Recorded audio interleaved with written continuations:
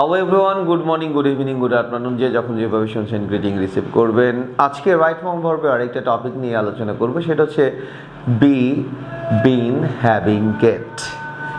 B, repeat after me, be, been, having, gate.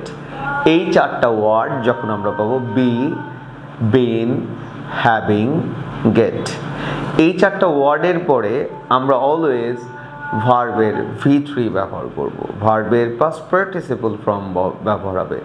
যেমন I get surprised, I get surprise না হয়ে হবে surprised. I get surprised two get the news or to listen the news. I, having completed the work, I go to my office. Having completed হবে।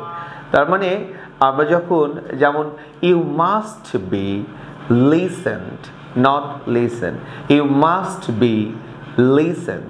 তার মানে be, been, having এবং get, এই চারটা word যখন পাবো, এরপরে ভার্বের অলওয়েজ V3 হবে। এই ট্রিক্সটা আমাদের অবশ্যই মাথায় রাখতে হবে। আদারওয়াইজ আমরা যখন রাইটিংয়ে যাব, আমরা যখন স্পিকিংয়ে যাব, আমরা যখন কোনো কনভারসেশনে যাব, দেখবেন যে আপনার আনকনশিয়াস মাইন্ডে এই ভুলগুলো হয়ে যাচ্ছে।